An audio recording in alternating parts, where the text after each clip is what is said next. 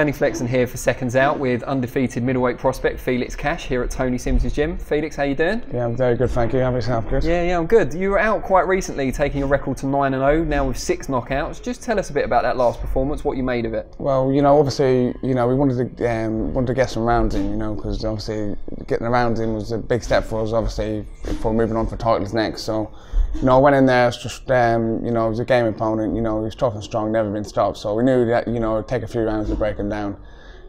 So I went in there and just stuck to me boxing, dropped him in the 6th round. He was hurt, really, I could have went for the finish maybe, but, I just stuck to me boxing and, I didn't want no injuries, take no chances, and just, I was winning so comfortably, I just thought, I'd just get the rounds in. It seemed, from watching on TV, a very controlled, disciplined performance compared to some of your other fights that you've had. Did you feel that in there and that was something you worked on? Yeah, because some of the other opponents, I went in there and I've just tried to take them out straight away, and and then people are looking at you and they're saying, is this, well, can I do anything else like? But I can box and I can fight, and I'll change my style to the opponent in front of me. And so I just showed a bit of boxing. I wanted to show that I can box too, and I can be disciplined, and I can stick to a game plan, and that's what I've done. You're a good boxer. You're a Team GB amateur, for example. Yeah. Tell us how many amateur fights you had.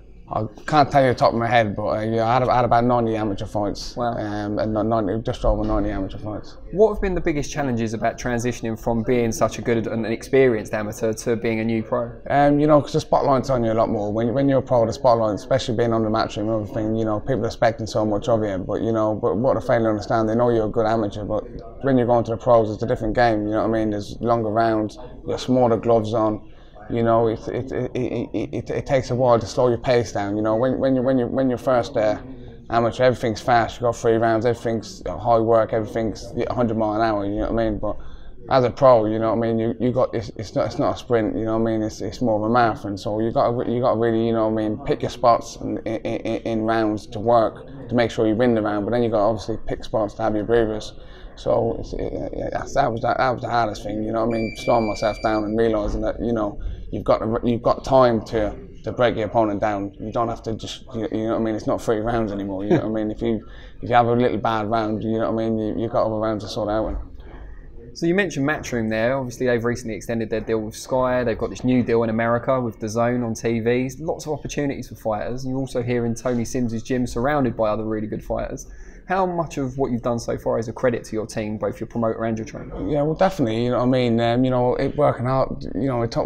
We spend nearly so much time in here with Tony. You know what I mean. Tony puts so much time into us, and time in the day, doing the sprints in the morning, getting up early, doing your sprints, doing your hard work on the road, and then you're doing all your hard sparring in there, all these hard work on. All the other boys there. You got top sparring there in the gym. So it's all bringing us on, more pushing each other, and obviously. It's great to have a team like that behind you. You're a 6'1" middleweight. You don't get too many of those, especially in Britain. How much an advantage have you found that to be as a pro so far? Yeah, for my weight, I'm quite tall for my weight. So it is an advantage. Obviously, it sure is an advantage. But it is what it is. It's all different styles. I'm sure if you're really small, you can be awkward too. So what I mean. But it is a bit of an advantage, yeah. And as we said earlier, you're now 9-0, 6 inside the distance wins. Is it now time, in your opinion, I know you listen to your team, but is it now time, in your opinion, for the next step up? Yeah, definitely. We've tried to get fights on. We tried to get, if you cut the fights, going to get a souvenir, get other things, but no one wanted to fight. So now, looking past that now, really, you know what I mean. I think I'm level above that. I'm looking past that now. Hopefully, I know Jason Wilborn. And Langford's got a fight again, so they've got their rematch. They've got the rematch, so hopefully, I'll have another fight in the meanwhile, and hopefully, if I can get that fight with one of them guys, I'll be very happy with that. Is there anyone else out there you'd like to fight, or that you would consider a big name in your division at the moment? Mark Heffron, he's not a bad fighter. He's a good fighter. There's a couple of good fighters there around, you know what I mean? But you want to obviously fight for titles, and they got the British, so I'd love to fight one of them. Before we let you go, just tell us a bit about your background. Now, you're from Wokingham in Berkshire. Just tell us a bit about growing up there, what it was like, and where you live now, and you've got a family.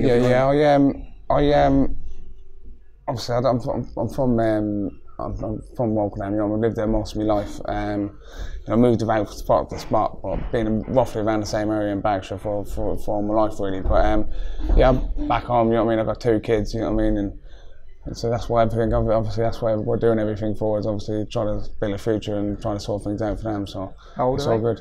I've got 5 and a 2-year-old. Wow.